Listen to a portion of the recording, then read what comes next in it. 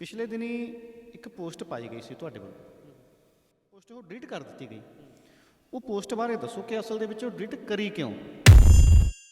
ਕਿਸਾਨ ਆਗੂ ਜੇ ਰਾਜਨੀਤੀ ਦੇ ਵਿੱਚ ਆ ਕੇ ਕੰਮ ਕਰਦੇ ਨੇ ਜਾਂ ਕੋਈ ਕੰਮ ਵਿਗਾੜਦੇ ਨੇ, ਪਹਿਲਾਂ ਦੀ ਸਰਕਾਰ ਵਾਂਗੂ ਕੰਮ ਕਰਦੇ ਨੇ, ਜਦੋਂ ਉਹਨੂੰ ਸਵਾਲ ਪੁੱਛਾਂਗੇ ਕਿ ਫਿਰ ਉਹ ਵੀ ਗਲਤ ਹੋਊਗਾ ਜਾਂ ਫਿਰ ਵੀ ਫਿਰ ਗਾਲਾਂ ਪੈਣਗੀਆਂ ਜਾਂ ਲੋਕ ਗਾਲਾਂ ਕੱਢਣਗੇ। ਮੁੱਖ ਤੌਰ ਤੇ ਤਿੰਨ ਪਾਰਟੀਆਂ ਸਰਗਰਮ ਨੇ, ਕਾਂਗਰਸ, ਅਕਾਲੀ ਦਲ ਤੇ ਆਮ ਆਦਮੀ ਪਾਰਟੀ। ਤਿੰਨੇ ਤਾਂ ਅੰਦੋਲਨਾਂ ਚੋਂ ਨਿਕਲੀਆਂ ਹੋਈਆਂ ਨੇ। ਕੋਈ ਮਸਲੇ ਤੇ ਇੱਕੋ ਹੀ ਦੁਸ਼ਮਣ, ਇੱਕੋ ਬੰਦੇ ਨਾਲ ਆਪਾਂ ਲੜ ਰਹੇ ਹਾਂ। ਸਿਰਫ ਸੋਚਣ ਦਾ ਤਰੀਕਾ ਵੱਖਰਾ ਹੋਣ ਕਰਕੇ ਜੇ ਅਸੀਂ ਕਹਿ ਦਾਂਗੇ ਵੀ ਇਹ ਸਾਡੇ ਨਹੀਂ, ਤਾਂ ਫਿਰ ਮੈਨੂੰ ਲੱਗਦਾ ਵੀ ਯਾਰ ਸਾਡਾ ਜਿਹੜਾ ਏਕੇ ਦੀ ਆਸ ਰੱਖਣੀ ਨਾ, ਮਤਲਬ ਉਹ ਫਜ਼ੂਲ ਹੈ। ਰੇਸ਼ਮ ਦੇ ਟੁੱਟਦੇ ਧਾਗੇ ਜੋੜਨ ਦਾ ਵੇਲਾ ਹੈ, ਥੋੜੀ ਹੀ ਦੂਰ ਗਿਆ ਨੂੰ ਮੋੜਨ ਦਾ ਵੇਲਾ ਹੈ। ਇਹ ਗਾਣਾ ਮੈਂ ਕਿਹਾ ਜੇ ਅਸੀਂ ਗਾਉਣਾ ਚਾਹੁੰਦੇ ਹਾਂ, ਚੋਗਾ ਪਾਉਂਦੇ ਹੱਥ ਹੀ ਦਾਗੀ ਹੋ ਗਏ ਨੇ, ਤਾਈਓ ਯਾਰ ਪਰਿੰਦੇ ਬਾਗੀ ਹੋ ਗਏ ਨੇ। ਤੋ ਉਹਨਾਂ ਨੇ ਮਤਲਬ ਇਹਨੂੰ ਉਹ ਕਿਹਾ ਵੀ ਨਹੀਂ ਯਾਰ ਇੱਦਾਂ ਦੇ ਗੀਤ ਨਹੀਂ, ਬਾਗੀ ਉਹ ਇਸ ਤਰ੍ਹਾਂ ਦਾ ਨਹੀਂ ਕੁਛ ਵੀ ਤੁਸੀਂ। ਉਹਨਾਂ ਨੂੰ ਸ਼ਾਇਦ ਇਹ ਲੱਗਾ ਵੀ ਮੈਂ ਤਾਂ ਕਹਿ ਰਿਹਾ ਸਰਕਾਰ ਨੂੰ, ਉਹਨਾਂ ਨੂੰ ਸ਼ਾਇਦ ਇਹ ਲੱਗਾ ਵੀ ਕਿਤੇ ਸਾਡੇ ਆਗੂਆਂ ਨੂੰ ਜਾਂ ਉਹ ਜਿਹੜੇ ਬਾਗੀ ਹੋਏ ਬੈਠੇ ਨੇ ਵੀ ਕਿਤੇ ਉਹਨਾਂ ਦੇ ਹੱਕ 'ਚ ਤਾਂ ਨਹੀਂ ਗਾ ਰਿਹਾ ਹੈ। ਜੇ ਉਹ ਸੰਯੁਕਤ ਦਾ ਮਤਲਬ ਸਾਰਿਆਂ ਦੀ ਗੱਲ ਉੱਥੇ ਕਿਉਂ ਨਹੀਂ ਹੋ ਰਹੀ? ਉੱਥੇ ਵੀ ਯਾਰ ਅਸੀਂ ਕਿਉਂ ਅੱਡ ਹਾਂ? ਇਸੇ ਤਰ੍ਹਾਂ ਹੁਣ ਜਿਹੜਾ ਗੌਰਮੈਂਟ ਗਾਣਾ ਤੁਹਾਡਾ, ਜੇ ਕਿਤੇ ਉਹ ਵੀ ਗੌਰਮੈਂਟ ਕਹੇ ਕਿ ਇਹ ਸਾਡੇ ਖਿਲਾਫ ਕਿਹਾ ਹੈਗਾ ਤੇ ਉਹ ਗਾਣਾ ਉਹ ਤੋਂ ਹਟਾਉਣ, ਉਦੋਂ ਤੁਹਾਡੇ 'ਤੇ ਕੀ ਬੀਤੂਗੀ? ਮੈਂ ਕਦੇ ਵੀ ਕਿਸੇ ਦੇ ਖਿਲਾਫ ਨਹੀਂ ਬੋਲਿਆ। ਕਿਸਾਨ ਆਗੂਆਂ ਨਾਲ ਜੁੜੇ ਹੋਏ ਜਿਹੜੇ ਮੇਰੇ ਮਿੱਤਰ ਨੇ, ਉਹਨਾਂ ਦੇ ਜਦੋਂ ਮੈਨੂੰ ਟੈਲੀਫੋਨ ਆਏ, ਉਹਨਾਂ ਨੇ ਫਿਰ ਜਦੋਂ ਮੈਨੂੰ ਦਲੀਲ ਨਾਲ ਗੱਲਾਂ ਸਮਝਾਈਆਂ, ਉਹ ਕਹਿੰਦੇ ਬਾਈ ਵੀ ਤੂੰ ਤਾਂ ਪਾਤੀ, ਤੈਨੂੰ ਪਤਾ ਵੀ ਆਹ ਤਰ੍ਹਾਂ ਨੇ ਐਵੇਂ ਵਰਤ ਲਿਆ। ਜਿਵੇਂ ਕਾਮਰੇਡ ਵਰਸਸ ਖਾਲਿਸਤਾਨੀ ਜਿਹੜੀ ਨਰੇਟਿਵ ਜੋ ਬਹਿਸ ਦੀ ਚੱਲਦੀ ਹੈ, ਉਹਦੇ 'ਚ ਉਹ ਇੱਕ ਉਹਨਾਂ ਨੇ ਉਹਨੂੰ ਯੂਜ਼ ਕਰ ਲਿਆ। ਤੁਸੀਂ ਕੀ ਸੋਚਦੇ ਹੋ? ਤੁਹਾਡਾ ਨਜ਼ਰੀਆ ਕੀ ਹੈ ਦੀਪ ਸਿੱਧੂ ਤੇ ਲੱਖੇ ਸਿਧਾਣੇ ਬਾਰੇ? ਇੱਕ ਜਿਹੜੀ ਮਜ਼ਦੂਰ ਐਕਟਿਵਿਸਟ ਨੂੰਹਦੀਪ ਕੌਰ ਜਿਹੜੀ ਕੁੜੀ ਹੈ ਆਪਣੇ ਮੁਕਤਸਰ ਦੀ, ਉਹ ਜਿਹੜੀ ਉੱਥੇ ਦਿੱਲੀ ਦੇ ਵਿੱਚ ਮਜ਼ਦੂਰਾਂ ਦੇ ਹੱਕ ਲਈ ਸੰਘਰਸ਼ ਕਰ ਰਹੀ ਸੀ, ਉਹ ਅੱਜ ਜੇ ਉਹਦੇ ਨਾਲ ਜੇਲ੍ਹ 'ਚ ਤਸ਼ੱਦਦ ਹੋ ਰਿਹਾ ਤਾਂ ਯਕੀਨਨ ਸਾਡੇ ਨਾਇਕ ਵੀ ਇਹੋ ਜਿਹੇ ਇਹੀ ਲੋਕ। ਸੇਵਾ ਵਾਂਗੂ ਜਿੰਨਾ ਰਾਜ ਕਮਾਉਣਾ ਸੀ, ਰਣਜੀਤ ਰਾਮ ਤੇ ਗਾਂਧੀ ਫੇਰ ਵਿਖਾਉਣਾ ਸੀ। ਦਰੀ ਖੇਸ ਬਖਸ਼ੀਸ਼ਾਂ ਜਦ ਤੋਂ ਮਿਲੀਆਂ ਨੇ, ਚੌਧਰੀਆਂ ਦੇ ਘਰ ਦੇ ਲਾਗੀ ਹੋ ਗਏ ਨੇ, ਤਾਈਓ ਯਾਰ ਪਰਿੰਦੇ ਬਾਗੀ ਹੋ ਗਏ ਨੇ। ਲਈ ਤਾਂ ਯਾਰ ਚੁੱਪ ਹੋ ਜਾਣਾ ਚਾਹੀਦਾ, ਸਹੀ, ਮੈਨੂੰ ਬੋਲਣਾ ਨਹੀਂ ਚਾਹੀਦਾ। ਮੈਂ ਇਹ ਗੱਲ ਮੈਂ ਦੁਖੀ ਹੋ ਕੇ ਕਹਿ ਰਿਹਾ ਵੀ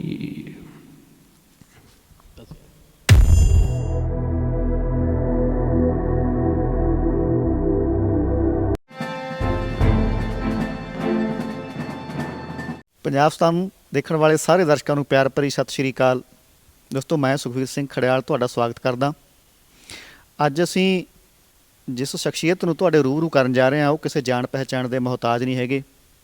ਉਹਨਾਂ ਦੇ ਗਾਣਿਆਂ ਦੇ ਵਿੱਚ ਜਿੰਨੀ ਬੇਵਾਕੀ ਹੁੰਦੀ ਹੈ, ਉਹਨਾਂ ਦੇ ਗਾਣਿਆਂ ਦੇ ਵਿੱਚ ਤੁਸੀਂ ਦੇਖਦੇ ਹੋ ਕਿ ਸਰਕਾਰਾਂ ਦੇ ਨਾਲ ਸਿੱਧੇ ਮੱਥੇ ਸ਼ਬਦ ਕਹੇ ਹੁੰਦੇ ਨੇ, ਜੋ ਕਿਸੇ ਵੀ ਗੀਤਕਾਰ ਜਾਂ ਗਾਇਕ ਦੇ ਲਈ ਬੋਲਣਾ ਔਖਾ ਲੱਗਦਾ ਹੁੰਦਾ।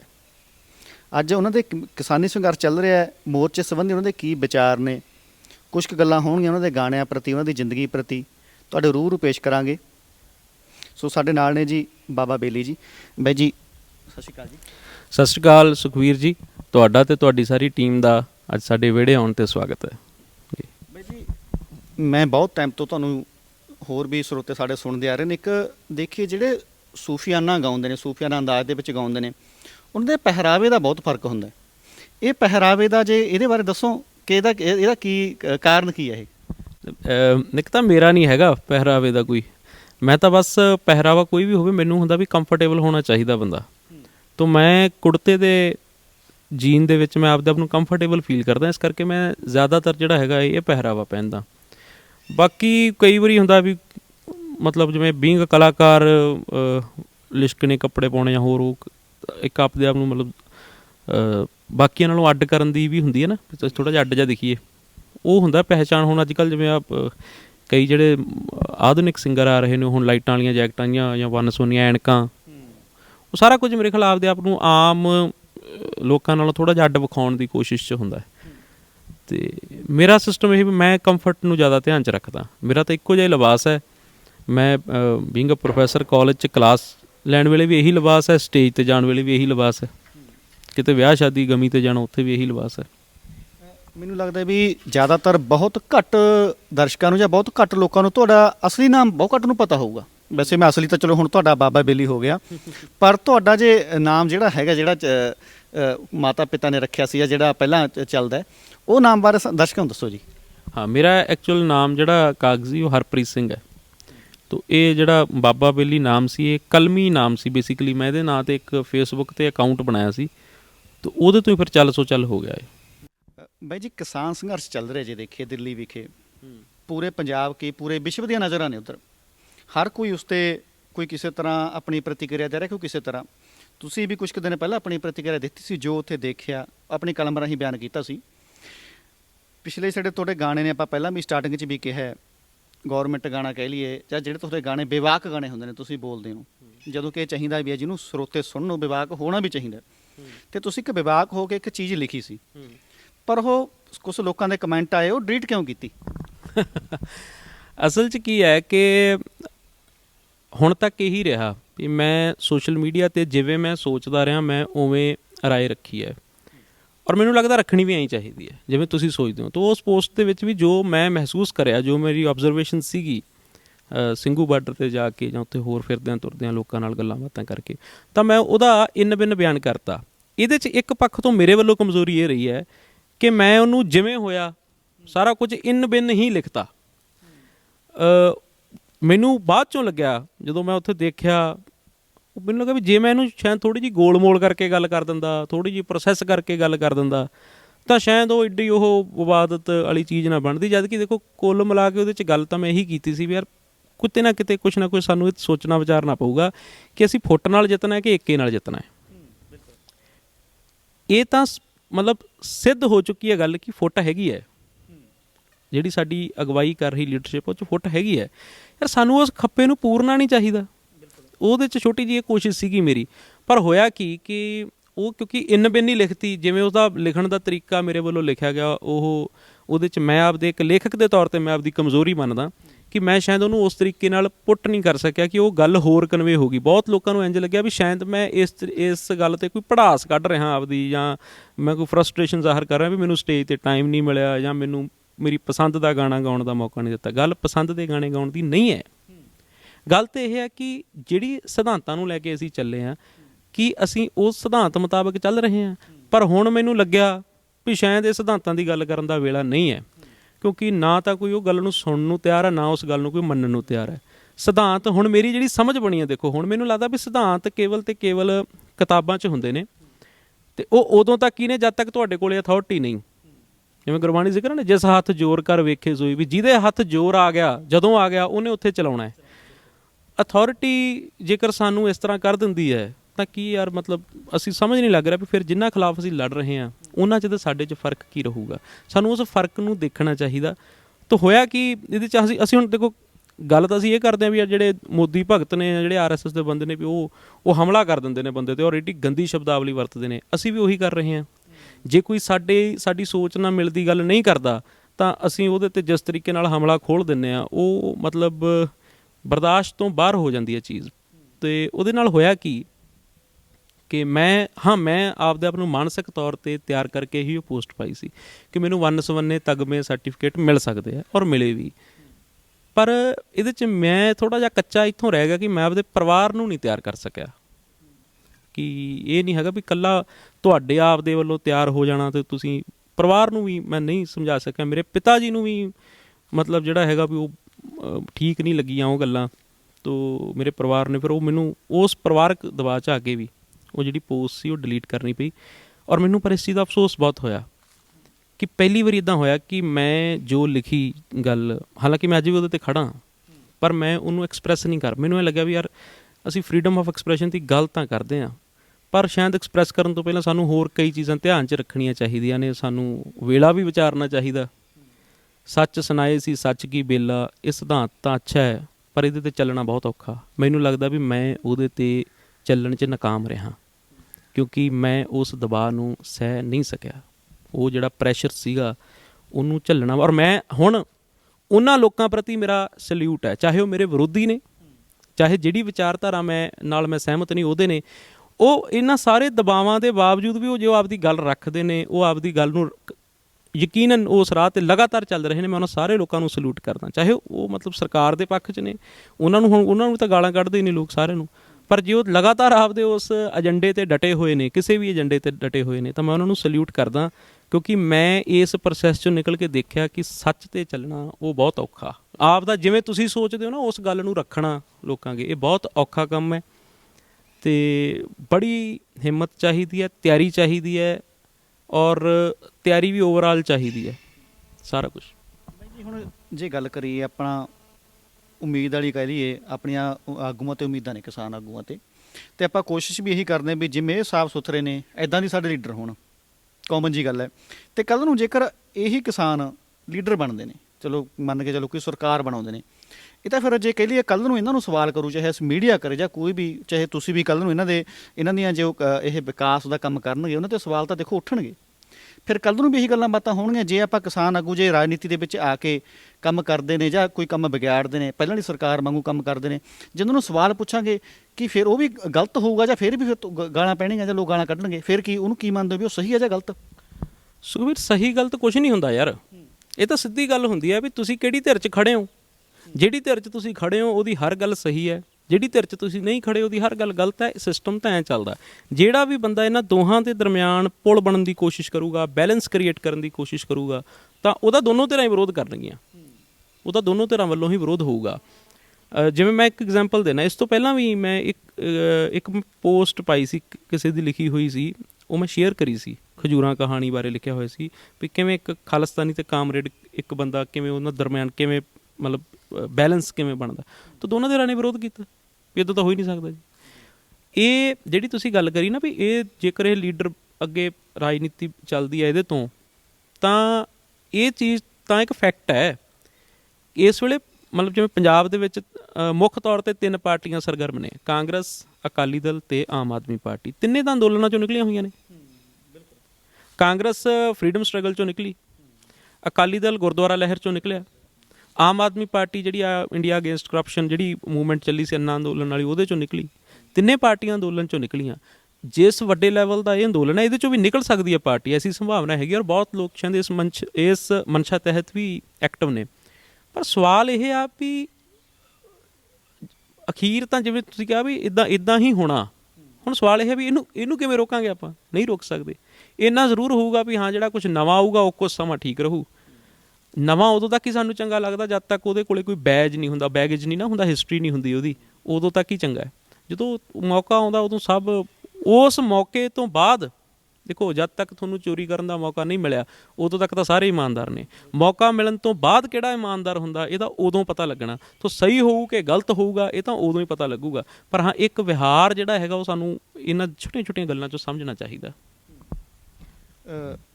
ਤੁਹਾਡਾ ਇੱਕ ਗਾਣਾ ਸੀ ਜਿਹੜਾ ਉੱਥੇ ਜੇ ਕਹੀਏ ਤੁਸੀਂ ਇੱਕ ਬੈਠੇ ਹੋ ਉਹ ਜਗ੍ਹਾ 'ਤੇ ਗਾਇਆ ਹੋਇਆ, ਸ਼ਾਇਦ ਉਹ ਰਿਕਾਰਡ ਨਹੀਂ ਹੋਇਆ ਹੋਇਆ ਗਾਣਾ, ਮੋੜ ਲਿਆਉਣ ਦੇ ਬਾਰੇ ਕੋਈ ਗਾਣਾ ਸੀ, ਇੱਕ ਮੋੜ ਬਾਰੇ, ਅਤੇ ਉਹਦੀਆਂ ਜੇ 2 ਸਤਰਾਂ ਹੋ ਜਾਣ ਅਤੇ ਉਹ ਸਾਡੇ ਦਰਸ਼ਕਾਂ ਨੂੰ। ਉਹ ਗੀਤ ਗੁਰਤੇਜ ਕਹਾਰ ਵਾਲਾ ਪੰਜਾਬੀ ਦੇ ਨਾਮਵਰ ਸ਼ਾਇਰ ਨੇ, ਉਹਨਾਂ ਦਾ ਲਿਖਿਆ ਹੋਇਆ ਸੀਗਾ। ਤੋ ਮੇਰੀ ਇਹੀ ਕੋਸ਼ਿਸ਼ ਸੀ ਵੀ ਮੈਂ ਇਹਨੂੰ ਏਕੇ ਦੀ ਅਪੀਲ ਜਿਹੜੀ ਹੈਗੀ ਹੈ ਉਹ ਹੋਵੇ ਵੀ ਸਾਨੂੰ ਯਾਰ ਲੋੜ ਤਾਂ ਏਕੇ ਦੀ ਹੈ।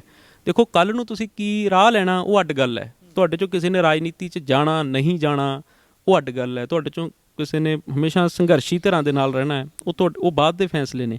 ਪਰ ਅੱਜ ਜਿਹੜੀ ਲੋੜ ਹੈ ਉਹ ਏਕੇ ਦੀ ਹੈ।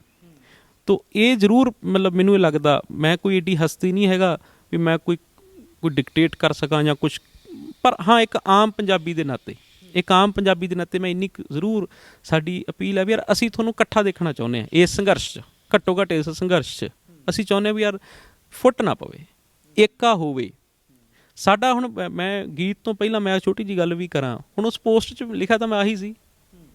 ਹੁਣ ਕਹਿਣ ਨੂੰ ਤਾਂ ਅਸੀਂ ਇਹ ਕਹਿੰਦੇ ਹਾਂ ਵੀ ਜਿਹੜੀ ਉਹ ਕੰਧ ਖੜੀ ਕੀਤੀ ਹੈ ਸਟੇਜ ਦੇ ਪਿਛਲੇ ਪਾਸੇ, ਉਹ ਕੰਧ ਸਰਕਾਰ ਨੇ ਇਸ ਕਰਕੇ ਖੜੀ ਕੀਤੀ ਹੈ ਵੀ ਤਾਂ ਕਿ ਕਿਸਾਨ ਦਿੱਲੀ ਵੱਲ ਨਾ ਆ ਜਾਣ ਕਿਤੇ। ਪਰ ਜੇ ਤੁਸੀਂ ਧਿਆਨ ਨਾਲ ਦੇਖੋਗੇ ਨਾ, ਜੋ ਮੈਨੂੰ ਮਹਿਸੂਸ ਹੋਇਆ ਉੱਥੇ, ਮੈਨੂੰ ਤਾਂ ਇਹ ਮਹਿਸੂਸ ਹੋਇਆ ਵੀ ਯਾਰ ਉਹ ਕੰਧ ਦਿੱਲੀ ਤੇ ਕਿਸਾਨਾਂ ਦਰਮਿਆਨ ਨਹੀਂ ਹੈ, ਉਹ ਦੋ ਸਟੇਜਾਂ ਦਰਮਿਆਨ ਕੰਧ ਹੈ, ਦੋ ਭਰਾਵਾਂ ਦੇ ਦਰਮਿਆਨ ਕੰਧ ਕੱਢੀ ਹੋਈ ਹੈ। ਔਰ ਅਸੀਂ ਉਸ ਕੰਧ ਨੂੰ ਉਸਰਨ ਤੋਂ ਰੋਕ ਨਹੀਂ ਸਕੇ। ਕਿਤੇ ਨਾ ਕਿਤੇ ਯਾਰ ਉਹਨੂੰ ਸ਼ਹਿ ਵੀ ਮਿਲੀ ਹੈ ਨਾ, ਇਹ ਕਹਿ ਕੇ ਵੀ ਇਹ ਸਾਡੇ ਨਹੀਂ, ਅਸੀਂ ਡਿਸਓਨ ਕੀਤਾ ਹੈ, ਡਿਸਓਨ ਕੀਤਾ ਗਿਆ ਵੀ ਇਹ ਸਾਡੇ ਨਹੀਂ ਹੈਗੇ, ਇਹ ਸਰਕਾਰੀ ਨੇ, ਇਹ ਏਜੰਟ ਨੇ, ਉੱਥੇ ਜੋ ਹੁੰਦਾ ਹੋਣ ਦਿਓ। ਇਹ ਗੱਲਾਂ ਨਹੀਂ ਸੀ ਹੋਣੀਆਂ ਚਾਹੀਦੀਆਂ, ਉਹ ਵੀ ਸਾਡੇ ਨੇ। ਜਦ ਤੱਕ ਇਹ ਹੁਣ ਘਰ 'ਚ ਹੈ, ਐਡਾ ਵੱਡਾ ਅੰਦੋਲਨ ਹੈ ਯਾਰ, ਵੰਨ ਸੁਵੰਨੀ ਲੱਕੜੀ ਉੱਥੇ ਇਕੱਠੀ ਹੋਈ ਹੈ, ਔਰ ਉਹਦੇ 'ਚ ਵੰਨ ਸੁਵੰਨੀਆਂ ਰਾਇਆਂ ਨੇ ਲੋਕਾਂ ਦੀਆਂ, ਵੰਨ ਸੁਵੰਨੀਆਂ। ਔਰ ਇਹ ਕਹਿ ਕੇ ਵੀ ਇਹਦੀ ਰਾਏ ਮੇਰੇ ਨਾਲ ਨਹੀਂ ਮਿਲਦੀ, ਇਸ ਕਰਕੇ ਇਹ ਸਾਡਾ ਨਹੀਂ।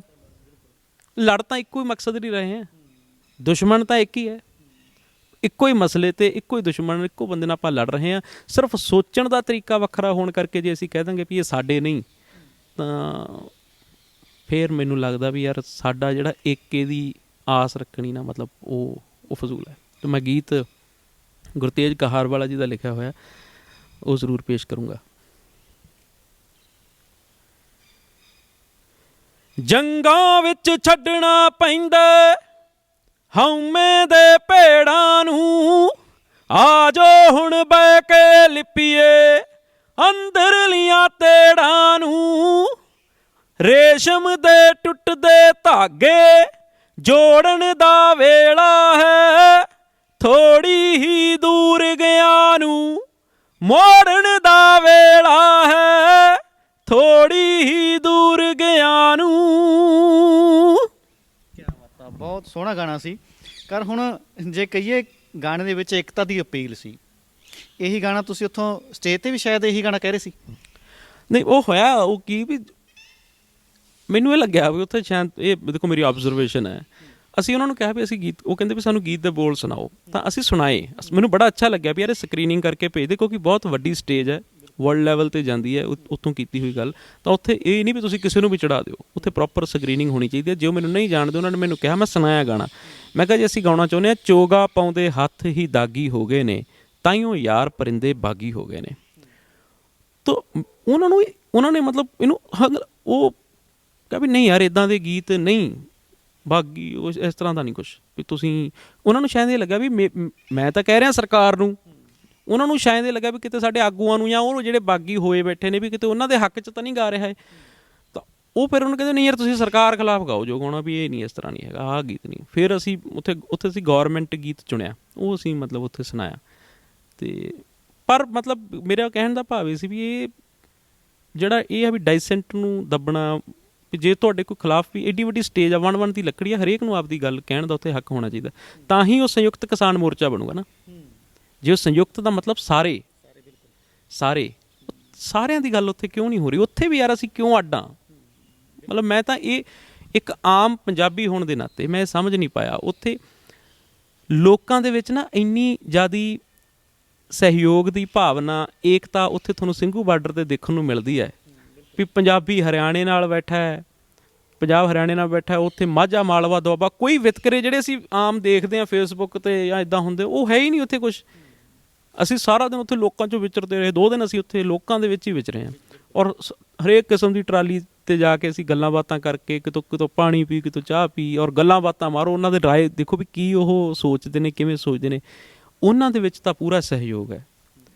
ਤਾਂ ਫਿਰ ਮਤਲਬ ਸਾਡੇ ਜਿਹੜੀ ਲੀਡਰਸ਼ਿਪ ਹੈ ਉਹ ਪਤਾ ਨਹੀਂ ਉਹ ਕਿਉਂ ਨਹੀਂ ਅਸੈਸ ਹੋ ਪਾ ਰਿਹਾ, ਆਈ ਡੋਂਟ ਨੋ।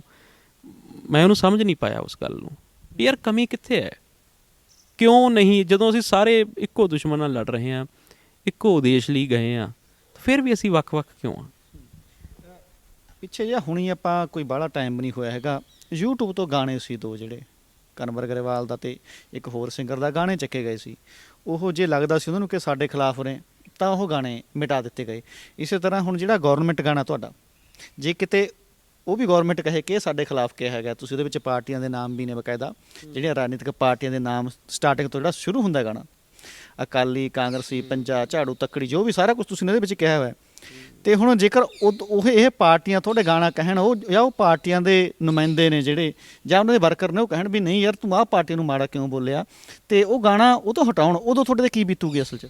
ਮੇਰੇ ਗਾਣੇ ਨਹੀਂ ਹਟਣੇ ਕਦੇ ਵੀ, ਕਿਉਂਕਿ ਪਤਾ ਕਿਉਂ? ਉਹ ਮੈਨੂੰ ਸੁਣਦੇ ਲੋਕ ਘੱਟ ਨੇ।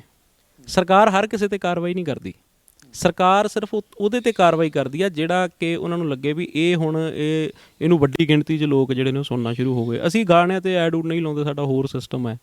ਤੋ ਸਾਡੇ ਗਾਣੇ ਅਸੀਂ ਤਾਂ ਸਿਰਫ ਕੰਮ ਕਰਨ ਲਈ ਕਰਦੇ ਹਾਂ, ਸਾਡਾ ਕੰਮ ਕਰਕੇ ਅਸੀਂ ਲੋਕਾਂ ਤੱਕ ਪਹੁੰਚਾ ਦਿੰਦੇ ਹਾਂ। ਤੋ ਹਾਂ, ਜੇ ਇਹ ਗਾਣੇ ਮਤਲਬ ਲੋਕਾਂ ਤੱਕ ਪਹੁੰਚਣਗੇ ਜਦੋਂ, ਤਾਂ ਉਦੋਂ ਤਾਂ ਫਿਰ ਜੇ ਸਰਕਾਰ ਨੂੰ ਲੱਗਾ ਵੀ ਯਾਰ ਇਹ ਕਰ ਸਕਦੇ ਨੇ, ਫਿਰ ਸਰਕਾਰ ਕਰੂਗੀ।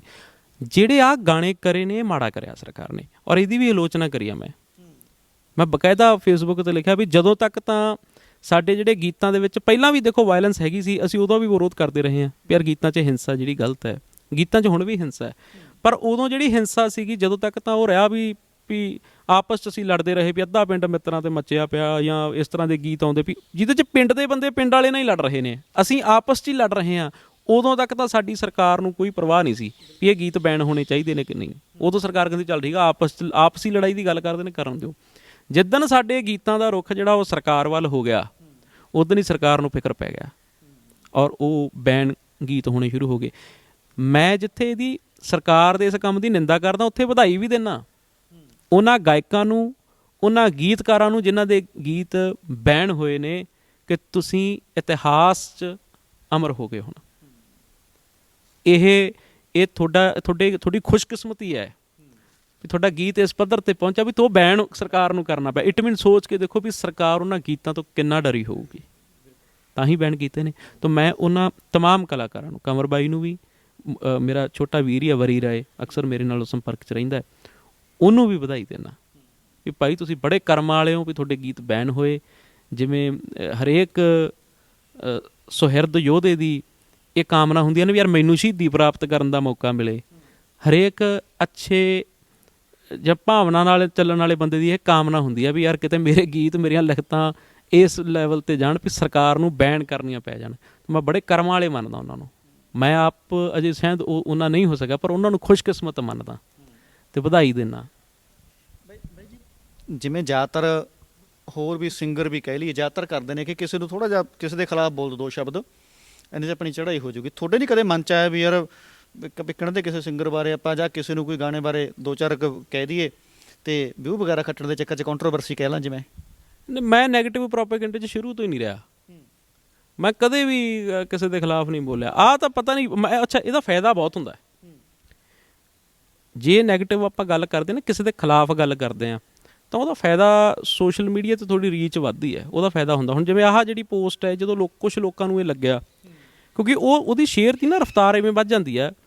ਇਹ ਮੈਨੂੰ ਹੁਣ ਸਮਝ ਆਈਆਂ ਨੇ ਗੱਲਾਂ ਵੀ ਚੀਜ਼ਾਂ ਨੂੰ ਕਿਵੇਂ ਵਰਤ ਲਿਆ ਜਾਂਦਾ ਹੈ। ਮੈਨੂੰ ਪਹਿਲਾਂ ਆਹ ਪੋਸਟ ਪਾਉਣ ਤੋਂ ਪਹਿਲਾਂ ਇੰਨੀ ਕਲੈਰਿਟੀ ਨਹੀਂ ਸੀ ਗੱਲਾਂ ਬਾਰੇ। ਅਤੇ ਉਹ ਹੋਇਆ ਕਿ ਵੀ ਮਤਲਬ ਹਰੇਕ ਧਿਰ ਦੇ ਆਪਣੇ ਆਪਣੇ IT ਸੈੱਲ ਛੋਟੇ ਛੋਟੇ ਬਣੇ ਹੋਏ ਨੇ, ਹਰੇਕ ਧਿਰ ਦੇ WhatsApp ਗਰੁੱਪ ਟਾਈਪ ਬਣੇ ਹੋਏ ਨੇ। ਉਹਦੇ 'ਚ ਫਿਰ ਪਤਾ ਕੀ ਹੁੰਦਾ, ਉਹ ਜਿਹੜੀ ਧਿਰ ਉਹਨਾਂ ਨੂੰ ਐਂ ਲੱਗਦਾ ਵੀ ਉਹਨਾਂ ਦੇ ਦੁਸ਼ਮਣ ਦੇ ਖਿਲਾਫ ਜਾਂ ਉਹਨਾਂ ਦੇ ਵਿਰੋਧੀ ਦੇ ਖਿਲਾਫ ਗੱਲ ਜਾ ਰਹੀ ਹੈ, ਉਹ ਪੋਸਟ ਦਾ ਲਿੰਕ ਉਹ WhatsApp ਗਰੁੱਪ 'ਚ ਸੁੱਟਦੇ ਨੇ। ਉੱਥੇ ਫਿਰ ਇਸ ਤਰ੍ਹਾਂ ਦੀ ਸ਼ਬਦ ਵਰਤੇ ਜਾਂਦੇ ਨੇ ਵੀ ਆਹ ਲਓ ਵੀ ਕਰੋ ਇਹਦੀ ਸਰਵਿਸ, ਇਹਨੂੰ ਜਰਾ ਧੂਫ ਦੇ ਕੇ ਆਈਏ, ਇਹਨੂੰ ਅੱਜ ਆਪਾਂ ਸੈੱਟ ਕਰਨਾ ਹੈ।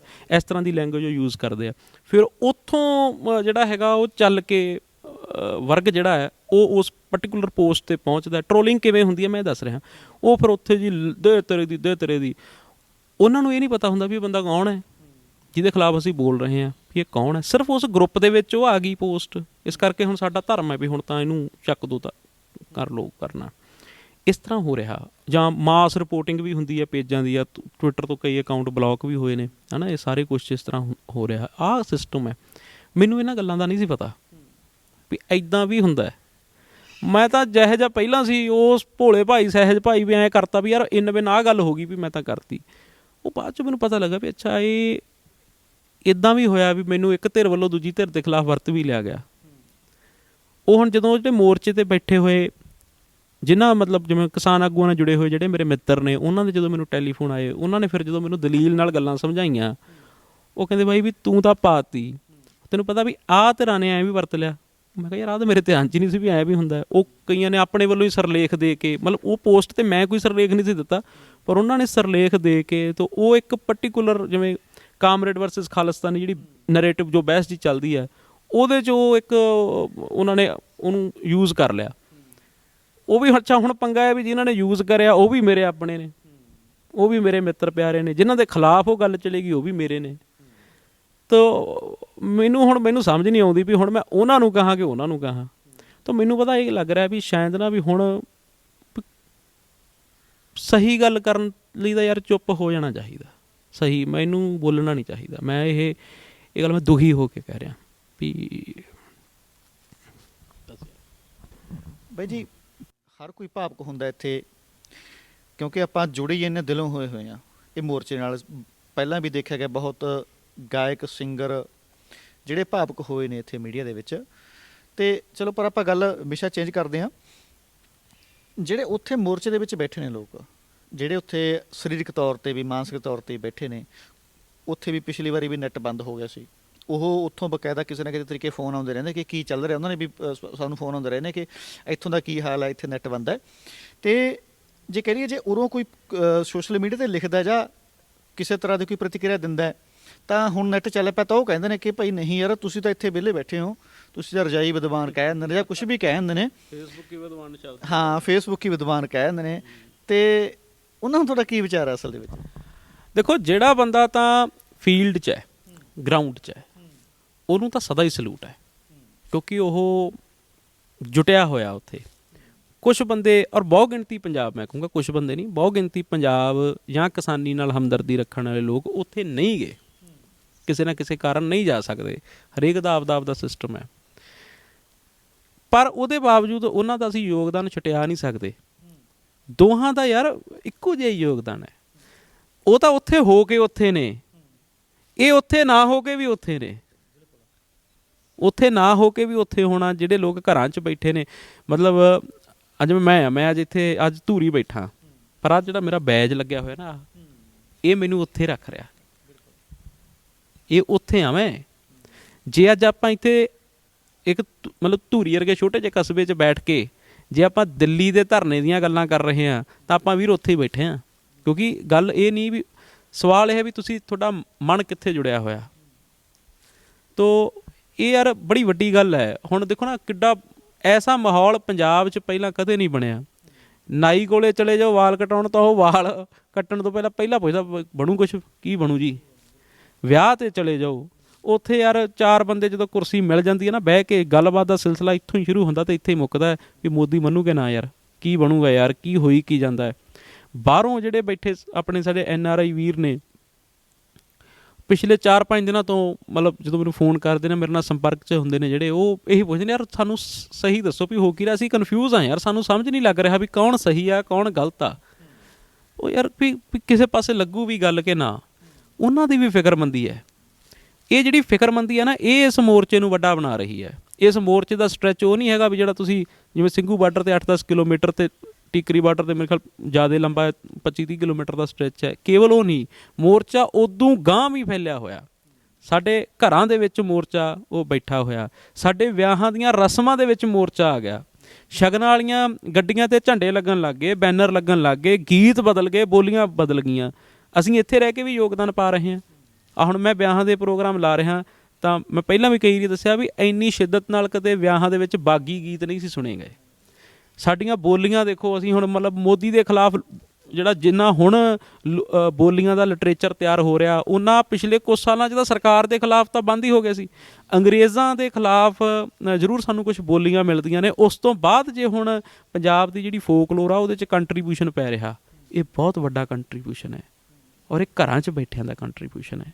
ਤੋ ਇੱਦਾਂ ਮੈਂ ਦੇਖਦਾ ਹੁੰਦਾ ਕਈ ਵਾਰੀ ਨਾ ਫੇਸਬੁੱਕ 'ਤੇ ਮਿਹਣੇਬਾਜ਼ੀ ਜੀ ਚੱਲਣ ਲੱਗ ਜਾਂਦੀ ਹੈ ਵੀ ਤੁਸੀਂ ਘਰੇ ਬੈਠੇ ਹੋ, ਤੁਹਾਨੂੰ ਕੀ ਪਤਾ। ਭਰਾਵੋ, ਤੁਹਾਡੇ ਯੋਗਦਾਨ ਨੂੰ ਅਸੀਂ ਸਤਿਕਾਰ ਦਿੰਦੇ ਹਾਂ ਪੂਰਾ, ਪਰ ਇਹਨਾਂ ਦੀ ਜਿਹੜੀ ਭਾਵਨਾ ਨਾ ਉਹ ਵੀ ਬੜੀ ਵੱਡੀ ਹੈ, ਉਹ ਬਹੁਤ ਵੱਡੀ ਭਾਵਨਾ।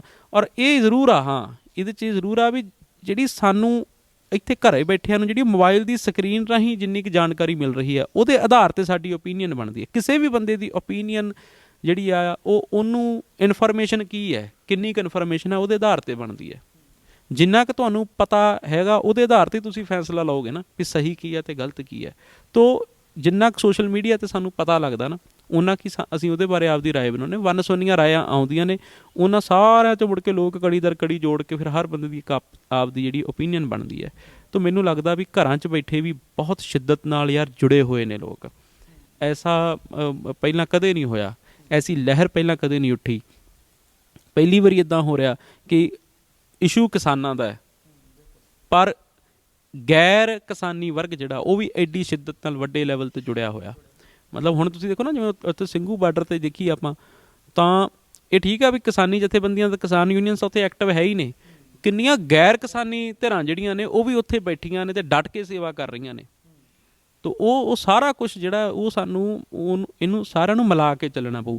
ਇਹੀ ਸਾਡੀ ਅਪੀਲ ਆ ਵੀ ਇਹਨਾਂ ਸਾਰਿਆਂ ਦੇ ਜਿਹੜੇ ਵਿਊਜ਼ ਨੇ ਉਹ ਇਨਕੋਰਪੋਰੇਟ ਜ਼ਰੂਰ ਕੀਤੇ ਜਾਣ। ਉਹ ਇਸ ਕਰਕੇ ਨਹੀਂ ਵੀ ਉਹ ਕਿਸਾਨ ਨਹੀਂ ਹੈਗੇ, ਉਹ ਇਸ ਕਰਕੇ ਕਿਉਂਕਿ ਉਹ ਵੀ ਮੋਰਚੇ ਦੇ ਸਮਰਥਨ 'ਚ ਨੇ, ਔਰ ਉਹਨਾਂ ਸਾਰਿਆਂ ਦਾ ਉਸ ਮੋਰਚੇ ਦੇ ਸਮਰਥਨ 'ਚ ਹੋਣਾ ਸਰਕਾਰ ਲਈ ਸਿਰਦਰਦੀ ਹੈ। ਸਰਕਾਰ ਕੱਲੀ ਬਾਰਡਰਾਂ ਤੇ ਇਹ ਨਹੀਂ ਦੇਖ ਰਹੀ ਵੀ ਕਿੰਨੀ ਭੀੜ ਹੈ, ਉਹ ਜਿਹੜੀ CID ਰਾਹੀਂ ਉਹਨਾਂ ਨੂੰ ਲੋਕ ਮਨਾਂ ਦਾ ਐਨਾਲਿਸਿਸ ਪਹੁੰਚਦਾ ਹੈ, ਉਹ ਵੀ ਸਰਕਾਰ ਲਈ ਫਿਕਰਮੰਦੀ ਹੈ ਨਾ। ਤਾਂ ਹੀ ਸਰਕਾਰ ਵੱਡਾ ਐਕਸ਼ਨ ਲੈਣ ਤੋਂ ਡਰ ਰਹੀ। ਉਹਨੂੰ ਪਤਾ ਵੀ ਜੇਕਰ ਅਸੀਂ ਐਕਸ਼ਨ ਲੈ ਲਿਆ ਤਾਂ ਇਹ ਮੋਰਚਾ ਪੰਜਾਬ ਦੇ ਲੋਕਾਂ ਦੇ ਦਿਲਾਂ 'ਚ ਬੈਠ ਚੁੱਕਿਆ।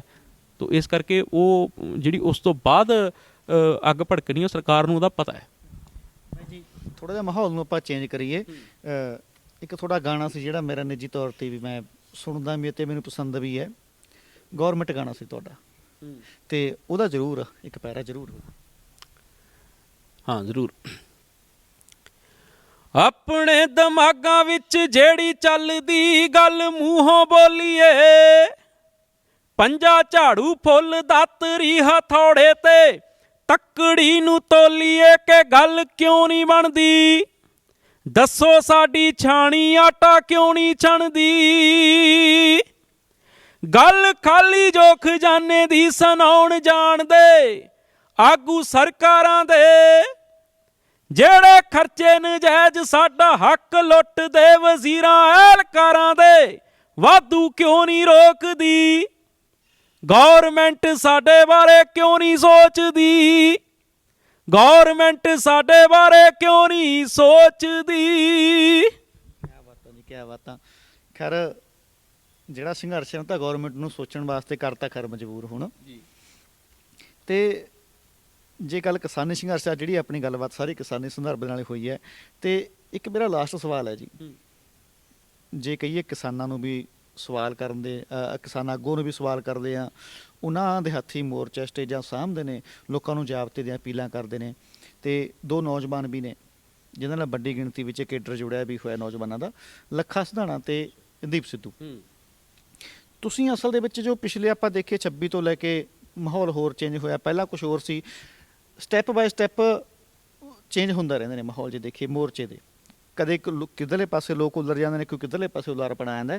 ਤੁਸੀਂ ਕੀ ਸੋਚਦੇ ਹੋ, ਤੁਹਾਡਾ ਨਜ਼ਰੀਆ ਕੀ ਹੈ ਦੀਪ ਸਿੱਧੂ ਤੇ ਲੱਖੇ ਸਿਧਾਣੇ ਬਾਰੇ? ਭਗਤ ਸਿੰਘ ਹੁਣੀ ਨਾ ਇੱਕ ਉਹਨਾਂ ਦੀਆਂ ਮੈਂ 2 ਕਿਤਾਬਾਂ ਹੀ ਪੜ੍ਹੀਆਂ ਨੇ, ਜ਼ਿਆਦਾ ਤਾਂ ਨਹੀਂ ਮੈਂ ਪੜ੍ਹਿਆ। ਉਹ ਇੱਕ ਥਾਂ ਲਿਖਦੇ ਆ, ਕਹਿੰਦੇ ਵੀ ਆਪਣੇ ਦੁਸ਼ਮਣਾਂ ਦੇ ਖਿਲਾਫ ਗਲਤ ਫਹਿਮੀਆਂ ਦਾ ਜਾਲ ਵਿਛਾਉਣਾ ਇਹ ਸਰਕਾਰਾਂ ਦਾ ਸਭ ਤੋਂ ਵੱਡਾ ਹੱਥਕੰਡਾ ਹੁੰਦਾ ਹੈ।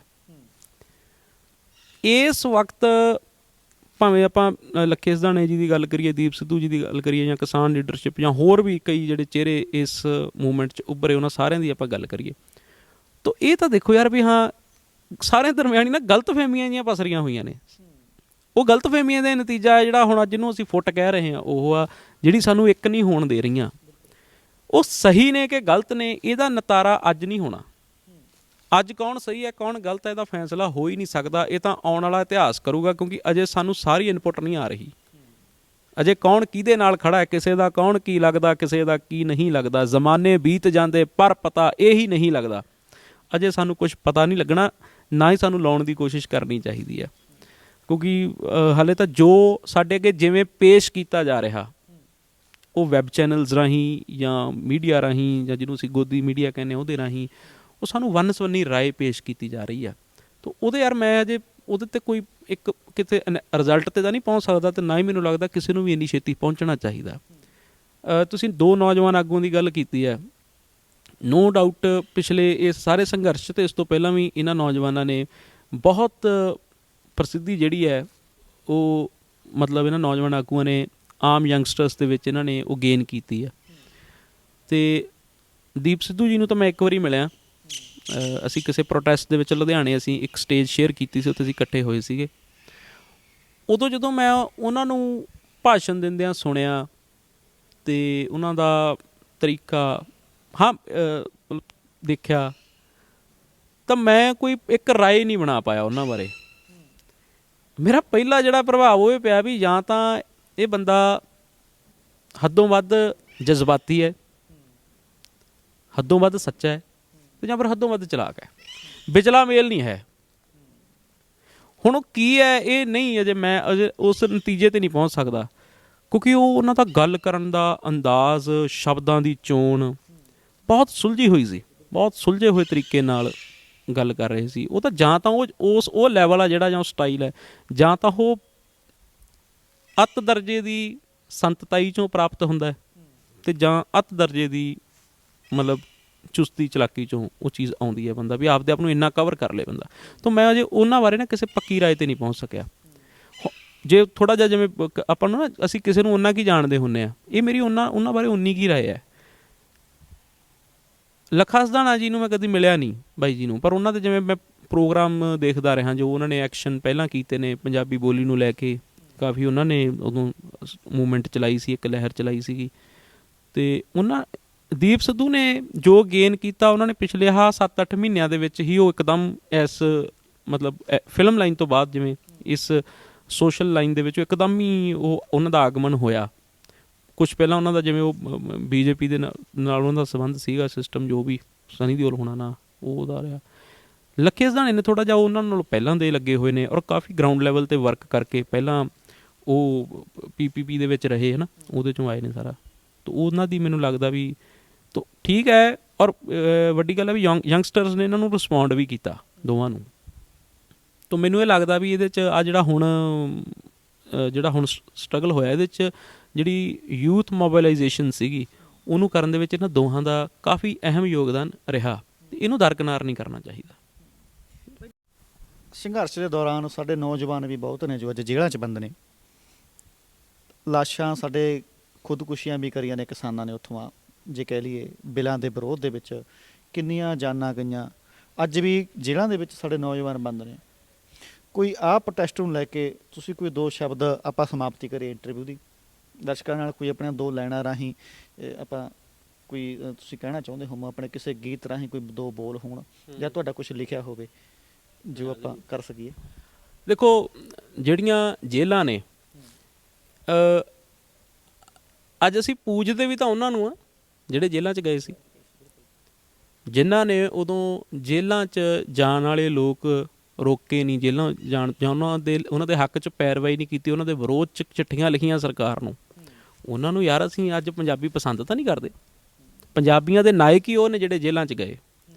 ਅੱਜ ਜਿਹੜੇ ਸਾਡੇ ਨੌਜਵਾਨ ਖਾਸ ਤੌਰ 'ਤੇ ਜਿਹੜੇ 26 ਜਨਵਰੀ ਦੀ ਘਟਨਾ ਤੋਂ ਬਾਅਦ ਲਾਪਤਾ ਨੇ, ਇੱਕ ਜਿਹੜੀ ਮਜ਼ਦੂਰ ਐਕਟਿਵਿਸਟ ਨੂੰਹਦੀਪ ਕੌਰ ਜਿਹੜੀ ਕੁੜੀ ਹੈ ਆਪਣੇ ਮੁਕਤਸਰ ਦੀ, ਉਹ ਜਿਹੜੀ ਉੱਥੇ ਦਿੱਲੀ ਦੇ ਵਿੱਚ ਮਜ਼ਦੂਰਾਂ ਦੇ ਹੱਕ ਲਈ ਸੰਘਰਸ਼ ਕਰ ਰਹੀ ਸੀ, ਉਹ ਅੱਜ ਜੇ ਉਹਦੇ ਨਾਲ ਜੇਲ੍ਹ 'ਚ ਤਸ਼ੱਦਦ ਹੋ ਰਿਹਾ ਤਾਂ ਯਕੀਨਨ ਸਾਡੇ ਨਾਇਕ ਵੀ ਇਹੀ ਲੋਕ ਬਣਨਗੇ।